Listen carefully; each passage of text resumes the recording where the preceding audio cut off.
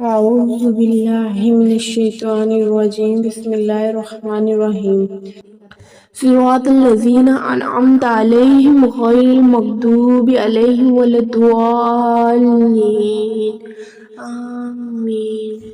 ترجمہ کنزل ایمان، رستہ ان کا جن پر تو نے احسان کیا، نہ ان کا جن پر غضب ہوا اور نہ بہکے ہوئوں کا۔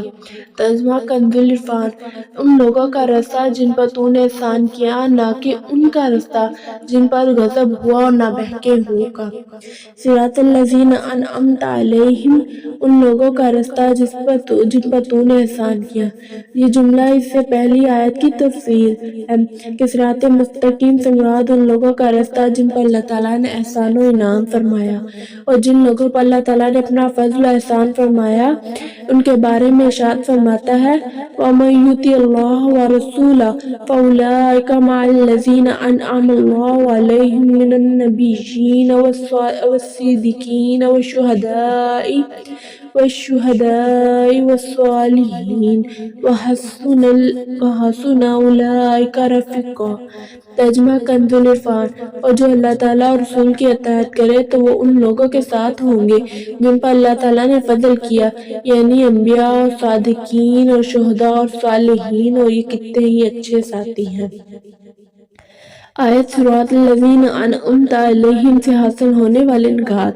اس آیت سے دو باتیں معلوم ہوتی ہیں۔ پہلی، جن امور پر بزرگان دین کا عمل رہا وہ صراط مستقیم میں داخل ہے۔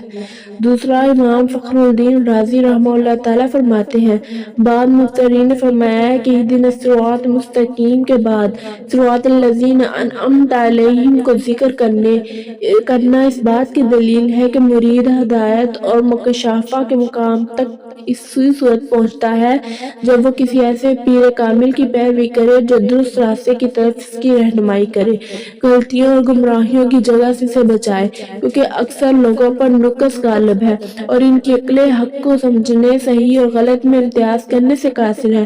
تو ایک ایسے کامل شخص کا ہونا ضروری ہے جس کی ناقص شخص پیروی کرے، یہاں تک کہ اس کامل شخص کی عقل کے نور سے اس ناقص شخص کی عقل بھی مضبوط ہو جائے، تو اس صورت میں وہ سعادتوں کے درجات کمالات کی بلندیوں تک پہنچ جاتا ہے۔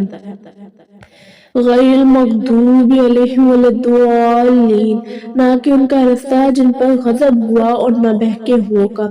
جن پر اللہ تعالیٰ کا غضب ہوا ان سے مراد یہودی، بہکے ہوئوں سے مراد عیسائی ہیں، جیسا کہ سنن ترمذی جلد 4 صفحہ 444 حدیث نمبر 2964 میں ہے۔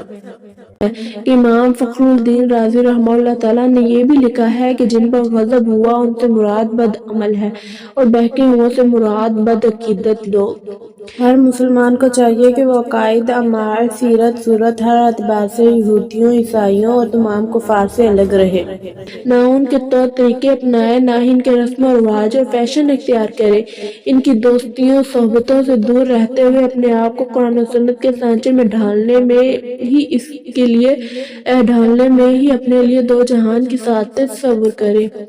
آیت وَلَضَّالِّینَ سے متعلق شرعی مسائل، یعنی بعض لوگ وَلَضَّالِّینَ کو وَلَضَّالِّینَ پڑھتے ہیں، ان کا ایسا کرنا حرام ہے۔